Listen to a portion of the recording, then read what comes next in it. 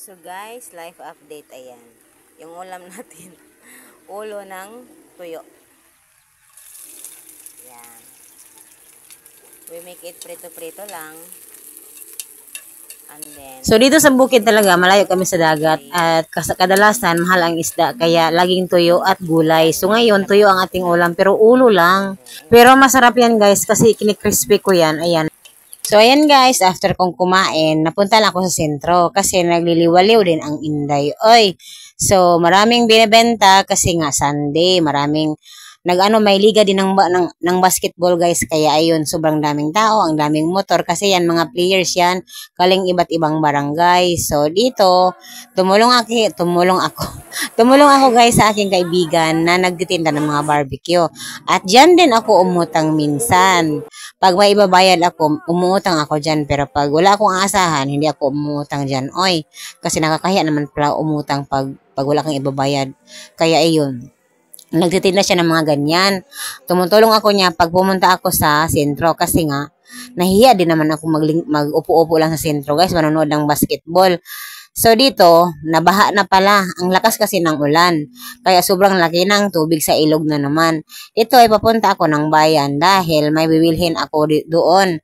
Parang bibili man ako nito ng gamot kasi nga masakit lagi yung yung tagiliran at balakang.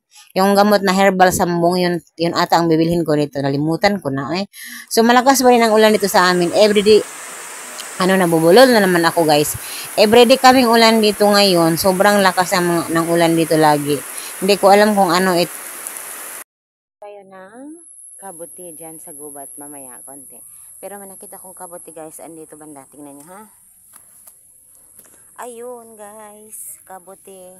Yun po ang kinakain namin kanina. Pero may iba lanta na. Ayun. Hanap pa tayo. Ay, andito pa. Meron pa guys. Ayan. Yan. Kabuti. Ito din pwede na to. Ayan. Ito pwede na din to. Ayan. Hanap pa tayo. Ayan. Meron pa dito. Wala na din. Yan mga gulay guys. So yun. Pupunta yung gulay dun sa taas. Ito ang amang bahay namin. Try nating pasokin yung gubat di guys ha. Diyan ako nawawala nung last time nang ako ng panggatong. Dito ako nawawala.